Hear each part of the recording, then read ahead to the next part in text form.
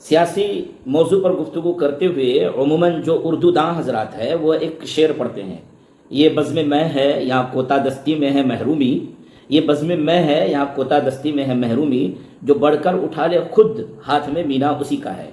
یعنی سیاست میں اگر آپ یہ کہتے ہیں کہ مجھے فلاں چیز چاہیے دے دیجئے، تو صرف کہنے سے وہ چیز نہیں مل سکتی ہے، یہاں پر اٹھا کر خود سے لینا ہوتا ہے، بسا اوقات چھیننا ہوتا ہے، بسا اوقات اس کے لیے ایفرٹ لگانا ہوتا ہے، بسا اوقات جو ایک کمفرٹ زون بنائے ہوئے ہیں اس کمفرٹ زون سے نکلنا ہوتا ہے، اور اس کمفرٹ زون سے باہر نکل کر کوششیں کرنی ہوتی ہے، جد و جہد کرنی ہوتی ہے اور مقابلہ کرنا ہوتا ہے، جب جا کر کے سیاست میں کوئی مقام ملتا ہے۔ صرف یہ کہہ کر کے کہ ہم فلاں پارٹی میں چلے جائیں گے، فلاں شخصیت کے ساتھ جڑ جائیں گے تو ہمارے مسائل حل ہو جائیں گے، سیاست میں یہ ناممکنات میں سے ہے۔ یہاں کوئی تواضع نہیں ہے، یہاں پر کوئی انکساری نہیں ہے، یہاں پر کوئی رواداری نہیں ہے، یہاں پر کوئی کسی کا خیال نہیں رکھتے ہیں۔ سیاست کا پہلا اصول ہے کمزور کو کچل کر آگے بڑھو۔ لہذا سیاست کے میدان میں جو لوگ کمزوری دکھاتے ہیں اور بھیک مانگتے ہیں ان کا کٹورا خالی رہتا ہے، ان کے کٹورے میں کوئی کچھ ڈالنے والے نہیں ہیں۔ اور ملک کے مسلمانوں کی جو موجودہ حالت ہے وہ یہی ہے، کبھی وہ ملائم سنگھ کی پارٹی میں چلے گئے، کبھی نتیش کمار کی پارٹی میں چلے گئے، کبھی لالو یادو کی پارٹی میں چلے گئے، کبھی وہ کانگریس میں چلے گئے، کبھی کسی پارٹی میں، کبھی کسی پارٹی میں، اور یہ سوچتے ہیں کہ ان پارٹیوں میں جانے کے بعد ہمارے مسائل حل ہو جائیں گے۔ بالکل نہیں ہے۔ سیاست میں اگر آپ اپنے مسائل کو حل کروانا چاہتے ہیں تو آپ کو طاقت کے ساتھ جانا ہوگا۔ اچھا، یہ جو سیکولر پارٹیاں ہیں جو بھی، کیا کسی غیر مسلم اکثریتی علاقے سے کسی مسلمان کو ٹکٹ دیتے ہیں؟ یعنی ایک ایسا علاقہ ہے جہاں 90% غیر مسلم رہتے ہیں، وہ کسی بھی ذات کے ہوں، وہاں پر کسی مسلمان کو یہ لوگ ٹکٹ دیتے ہیں کیا؟ اچھا، یہ لوگ کہتے ہیں کہ اس ملک میں سیکولرزم ہے، اور سیکولرزم میں ذات پات کی بات نہیں کی جاتی ہے، مذہب کی بات نہیں کی جاتی ہے، اور مذہب کی بنیاد پر ووٹنگ نہیں کرنا چاہیے، اور ڈیبیٹ کرتے ہوئے کسی وقت اگر کسی نے ہندو مسلم والی بات نکال دی تو کہتے ہیں کہ بھائی یہاں پر ایسی بات آپ کیوں کر رہے ہیں، نہ کوئی ہندو ہے نہ کوئی مسلمان ہے، سب بھارتی ہیں، سب ہندوستانی ہیں، اس طرح کی گفتگو کی جاتی ہے۔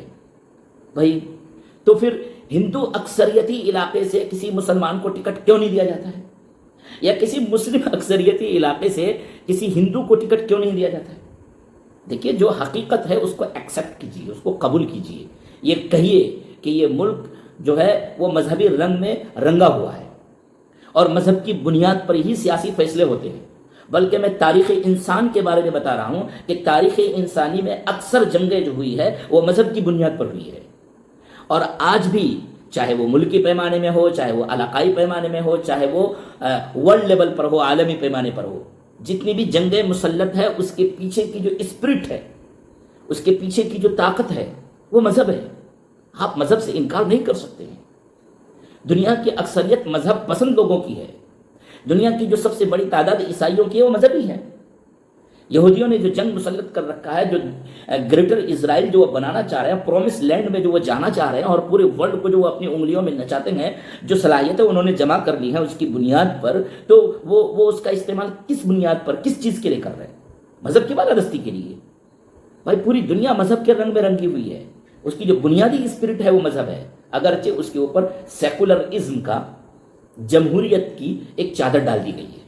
لہذا ہمارے اس ملک میں، ہم اس ملک کے مسلمانوں کے سلسلے میں گفتگو کر رہے ہیں، تو اس ملک کے جو بیچارے مسلمان ہیں وہ یہ سوچتے ہیں کہ ہم فلاں سیاسی پارٹی میں چلے جائیں گے تو ہمارا مسئلہ حل ہو جائے گا۔ بالکل نہیں ہونے والا ہے۔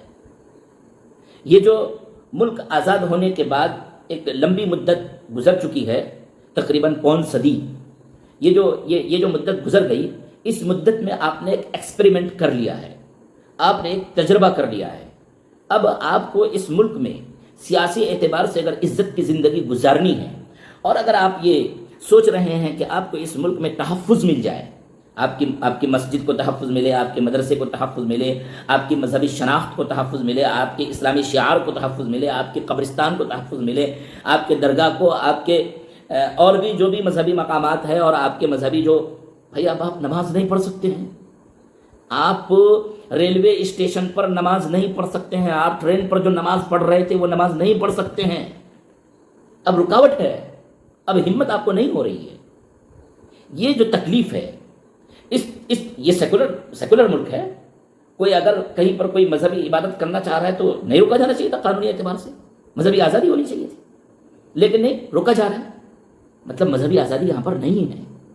تو اگر آپ مذہبی تحفظ چاہتے ہیں ملک کے مسلمانوں، تو آپ کو اپنی سیاسی طاقت بنانی ہوگی۔ اب وہ سیاسی طاقت آپ کو کسی بھی سیکولر پارٹی میں رہ کر کے نہیں مل سکتی ہے، نہ ملی ہے۔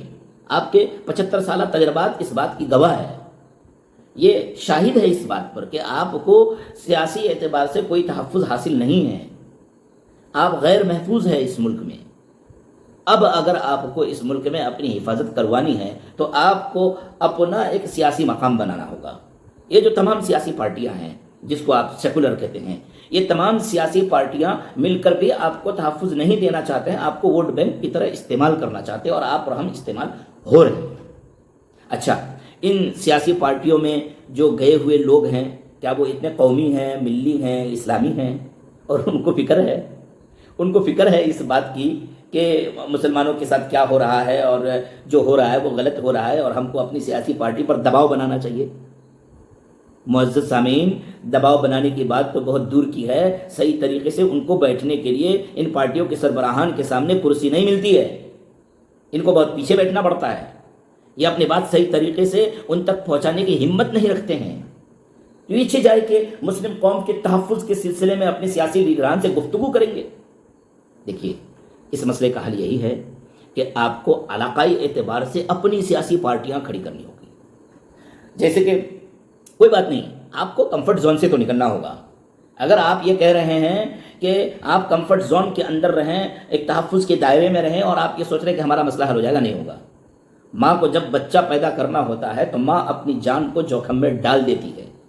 ایک گٹھلی کو آم کا درخت بننا ہوتا ہے تو اس گٹھلی کو زمین کے اندر اپنے وجود کو فنا کر دینا ہوتا ہے۔ لہذا ملک کے موجودہ مسلمان اگر اس ملک میں سیاسی اعتبار سے تحفظ چاہتے ہیں تو ان کو قربانیاں دینی ہوں گی۔ آپ ایک گھسی پٹی دلیل پیش کرتے ہیں کہ آپ نے اگر ان سیکولر پارٹیوں کو چھوڑ دیا تو جو فرقہ پرست پارٹیاں وہ مضبوط ہو جائیں گی۔ حضرات، وہ مضبوط ہو چکی ہیں، وہ بہت مضبوط ہو چکی ہیں، وہ عروج کو پہنچی ہوئی ہیں، اب زوال پذیر ہو رہی ہیں۔ آپ ان کی فکر مت کیجیے، آپ خود اپنی فکر کیجیے۔ ہم اتنی بات کہنے کی ہمت، جسارت اور کوشش کر رہے ہیں کہ علاقائی اعتبار سے مسلمانوں کی اپنی سیاسی شناخت اور سیاسی پارٹی ہونی چاہیے۔ آپ کہہ رہے ہیں تعلیم پہ کام کیجیے، بالکل ہونا چاہیے۔ آپ کہہ رہے ہیں معاش پہ کام کیجیے، بالکل ہونا چاہیے۔ لیکن اگر آپ یہ کہہ رہے ہیں کہ سیاست پہ کام مت کیجیے تو یہ غلط ہے۔ سیاست پہ بھی کام ہونا چاہیے۔ بہار کے اندر 25 سیٹیں ایسی ہیں جو مسلمان اپنے بل بوتے پر جیت کر جا سکتے ہیں ودھان سبھا میں۔ تو بہار کے ودھان سبھا میں جو اپنے بل بوتے پر 25 سیٹیں جیت کر کے جا سکتے ہیں تو وہاں سے مسلمان بھائی کوشش کریں نا۔ اور آپ کی 25 سیٹ وہاں پر اگر پہنچ سکتی ہے اور 25 سیٹ کی بنیاد پر آپ حکومت کس کی بنے گی کس کی نہیں بنے گی اس کے فیصلے کر سکتے ہیں، اور جب آپ اس کے فیصلے کریں گے تو آپ کے مسائل بہار میں حل ہوں گے، اور آپ یہاں رہتے ہوئے مرکز پر بھی اثر ڈالیں گے۔ لہذا میں یہ گزارش کر رہا ہوں کہ سیاسی شعور پیدا ہونا چاہیے میری قوم میں، اور سیاسی اعتبار سے ان کو بیدار ہونے کی ضرورت ہے۔ اللہ تعالیٰ مجھے اور آپ کو کہنے سننے سے زیادہ عمل کی توفیق نصیب فرمائے۔ اللہم آمین۔